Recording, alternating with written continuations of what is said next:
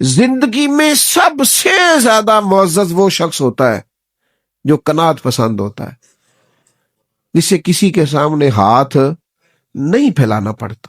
یہ سب سے بڑی زندگی کے اندر وقار والی چیز ہے۔ اب دیکھیے نا مسند امام احمد بن حنبل میں یہ حدیث کیسے چمکتی ہے، اور اس کے لفظوں کا حسن اور حضور کے بتانے کی رانائی دیکھیے گا۔ ایک صحابی نے عرض کی حضور عزت کیا ہے؟ فرمایا رب نے جو تجھے دیا ہے اس پہ راضی ہو جا، اللہ عزت عطا کر دے گا۔ یا رسول اللہ صلی اللہ علیہ وسلم ذلت کیا ہے؟ تو محبوب فرمانے لگے لالچ نہ کرنا، ہرس نہ کرنا، کسی کے پیسوں کی طرف نہ دیکھنا، کسی کی جیب پر نظر نہ کرنا، ورنہ تو ذلیل ہو جائے گا۔